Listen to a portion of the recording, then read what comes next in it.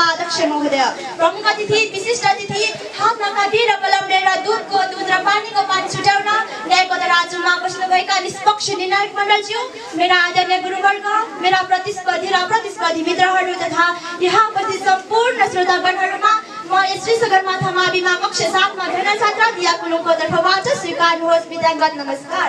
आज मिति 2082 2 महिना 30 गतेका दिन इको हिमालको प्रायोजन र महाकुलुङ गाउँपालिकाको समन्वयमा सञ्चालित कार्यक्रम प्रकृतिको कलाको शीर्षक विद्यालयमा किशोरी आराम कक्षको महत्त्व विषयमा आफ्ना धारणाहरू प्रस्तुत गर्न म सभाध्यक्षसँग अनुमति चाहन्छु। सभाध्यक्ष महोदय, महिनावारी एक स्वाभाविक प्रक्रिया हो, यो लाज मान्ने विषय होइन।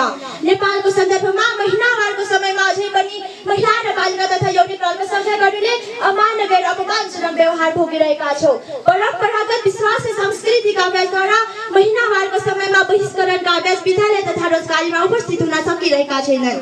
समुचित योजना र नीति कार्यक्रमको अभावमा हामीहरूले महिनावारको समयमा मानवीय मर्यादाबाट वञ्चित भइरहेका छौँ।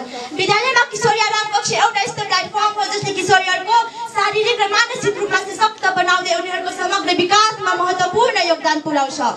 महिनावारको कारण धेरै किशोरीहरू विद्यालय जान हिचकिचाउँछन् र छुट्टी लिन्छन्। यसले उनीहरूलाई आवश्यक सुविधा र जानकारी प्रदान गरी विद्यालयमा नियमित उपस्थितिका लागि प्रोत्साहन गर्दछ।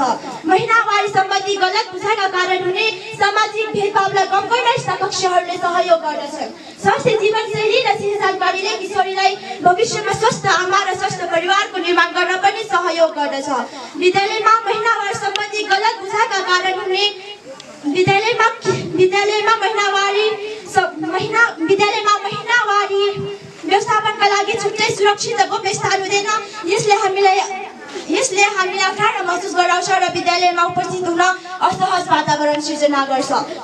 यदि विद्यालयमा किशोरी आराम कक्षको व्यवस्थापनमा हामीहरूले आफूलाई सुरक्षित र सम्मानित महसुस गर्दछौँ, जसले हाम्रो आत्मविश्वास बढाउन पनि सहयोग गर्दछ।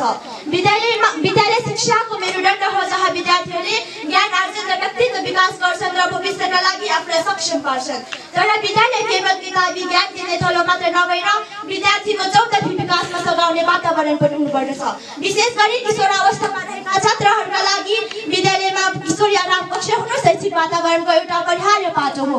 यो एउटा साधारण कक्ष कोठा मात्र नभएर उनीहरूको शारीरिक, मानसिक र भावनात्मक स्वास्थ्यका लागि सुरक्षित र सहयोगी आश्रय पनि हो।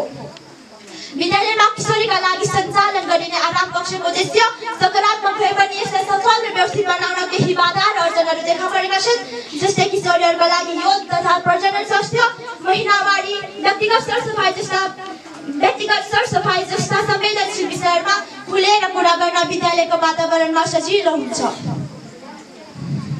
साथीभाइ र शिक्षकहरूको डरले हामीहरू विद्यालयमा आफ्ना जिज्ञासा वा समस्या राख्न हिचकिचाउँछौँ।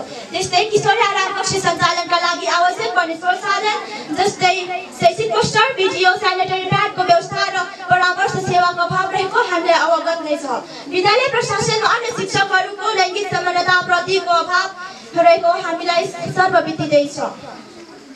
यस किशोरी आराम कक्षलाई प्राथमिकता नदिने वा यसको महत्त्वलाई कम आँक्ने प्रवृत्तिले यस कक्षको गुणस्तरमा असर परिरहेको पनि हामीलाई जानकारी नै छ। यस्ता छुट्टै किशोरी आराम कक्ष सञ्चालन गर्दा कहिलेकाहीँ केटा र केटी बीचको थप दूरी सिर्जना हुन सक्ने खतरा पनि उत्तिकै रहन्छ। तर उनीहरू बीचको आपसी समझदारी र सहकार्यद्वारा यसको महत्त्वलाई प्रस्तावदै यसमा पनि मिलाउन सकिन्छ, जसले गर्दा केटाहरूमा पनि किशोरीहरूले भोग्ने समस्याबारे जानकार भई उनीहरूको पीडामा हातेमालो गर्दै अघि बढ्ने वातावरण सिर्जना गर्छ। अन्त्यमा विद्यालयमा किशोरी आराम कक्षको निर्माण र यसको उचित व्यवस्थापन केवल पूर्वाधारको कुरा मात्र होइन, यो किशोरीहरूको स्वास्थ्य शिक्षा सशक्तिकरणसँग प्रत्यक्ष जोडिएको मानवीय र सामाजिक दायित्व पनि हो। यस्ता किशोरी आराम कक्षको निर्माण गर्नु मात्र पर्याप्त छैन, यसको दिगो सञ्चालनका लागि हरेक विद्यालयमा एउटा विद्यालय नर्सको व्यवस्था गर्न सके अझ प्रभावकारी हुने देखिन्छ। यस्ता किशोरी आराम कक्षको सफल कार्यान्वयनका लागि सरकार, विद्यालय प्रशासन, अभिभावक, समुदाय एवं किशोरीहरूको सक्रिय सहभागिता बिना आफ्नो उद्देश्य पूरा गर्न सक्दैन भन्दै मेरा भनाइ अन्त्य गर्दछु। धन्यवाद।